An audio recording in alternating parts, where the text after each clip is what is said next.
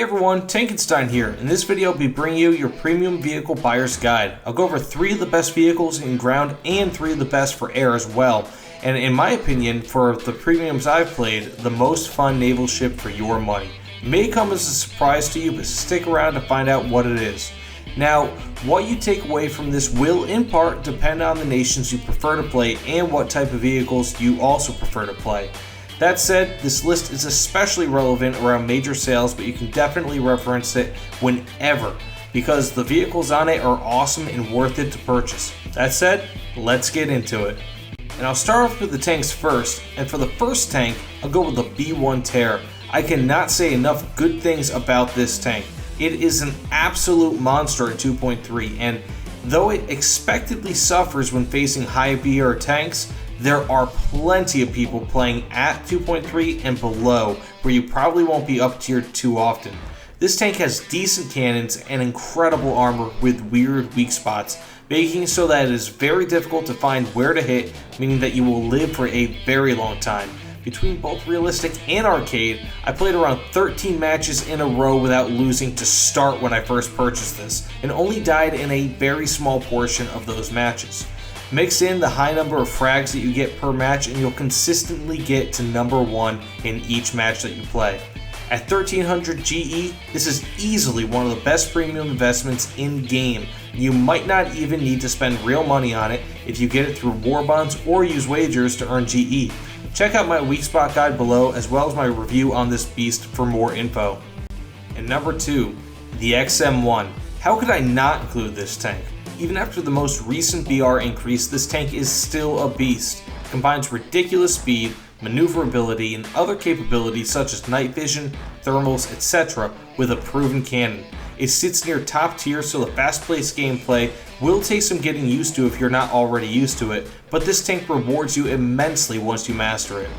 Is it expensive at $60? Sure, but if it's on sale or if you have the money, definitely consider it. Additionally, you will get other things like premium time as well as golden eagles if you purchase this, being that it is a pack vehicle. Now, I do have an older, less polished review for the XM1 linked below.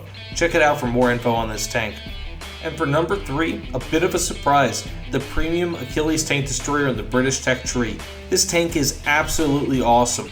With the exception of its paper-thin armor, open top, and awful turret traverse, this is one of the best tanks for its BR in-game, simply because of that ridiculously powerful cannon. If you play realistic, this is the perfect ambush tank destroyer, as it sits at a relatively low BR and can one-shot almost anything that it will face. Seriously, this cannon is used on 6.0 plus BR tanks. It is an absolute monster.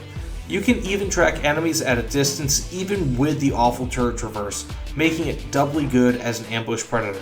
Even though this is essentially the same tank as is already in the regular tech tree, it does have premium bonuses and rocks.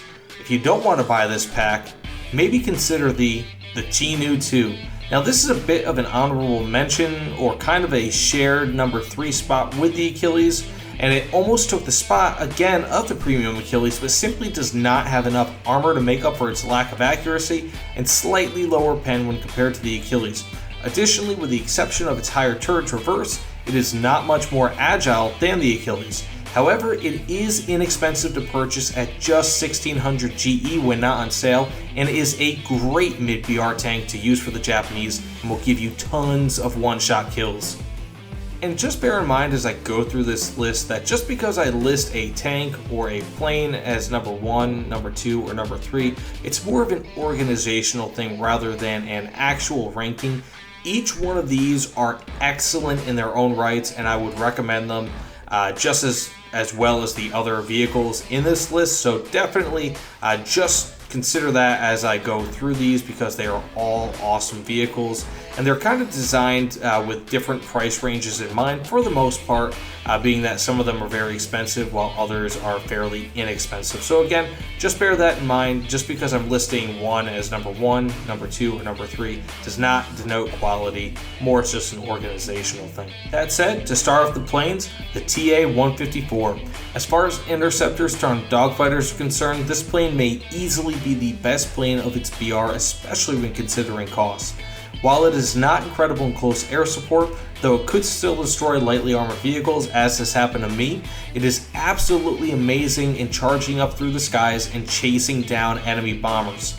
The armament of this plane, being that it consists of two 30mm cannons and two 20mm cannons, along with its rate of climb and speed, makes it incredibly dangerous to face. On top of that, it is incredibly inexpensive at only 1,450 golden eagles. This is a must buy in my book.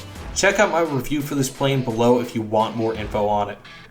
And for number 2, the Thunderbolt Mk1. This plane is right up there with the TA-154 in terms of how good it is, except that it can do it all, whereas the TA-154 is limited in its capabilities. With Premium, I easily get over 35,000 Silver Lions in each match in Realistic and rarely die. The only major limiting factor on this plane is its poor rate of climb, but even when considering that, you can easily slip by enemy teams, drop your payload, get tons of points, and then excel in dogfighting. What's not to love? Oh, and did I mention that it's basically dirt cheap? Pick it up immediately if this plane is your thing. You can basically give it a test drive if you buy the American Razorback P-47 with Silver Lions, so you know more or less exactly what you're getting into before purchasing this with Golden Eagles.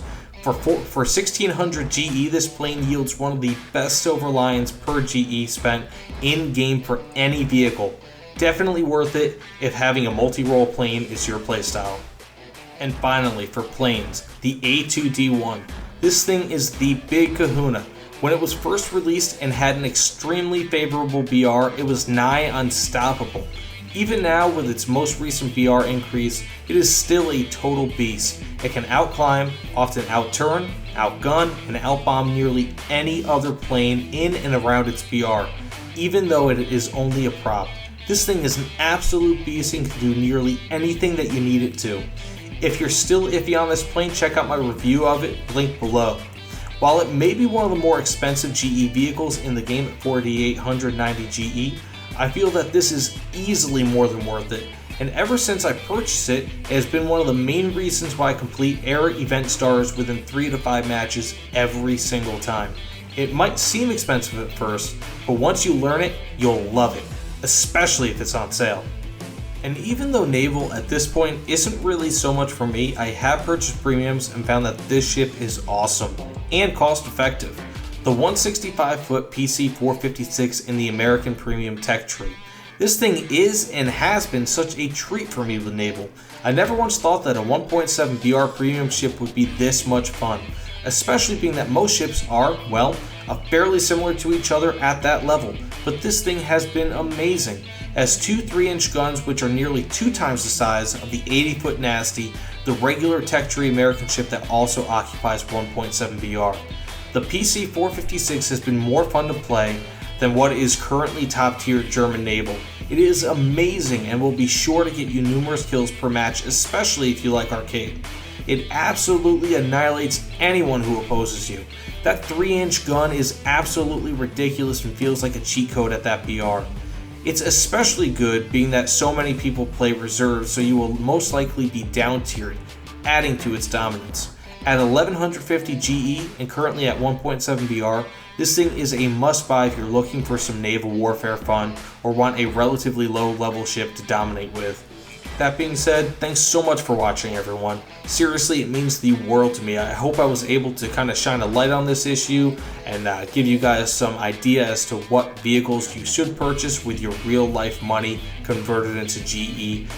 Really, that's one of my ultimate goals with all my videos, just to give you guys a little bit of an insight and make this game a little bit more enjoyable for you and a little bit less of a waste of time. That being said, again, thanks again for watching, guys. Hope you guys enjoyed it. Please sub if you haven't already. That being said, be excellent to each other, dudes, and I'll see you all on the other side. Take care, everyone.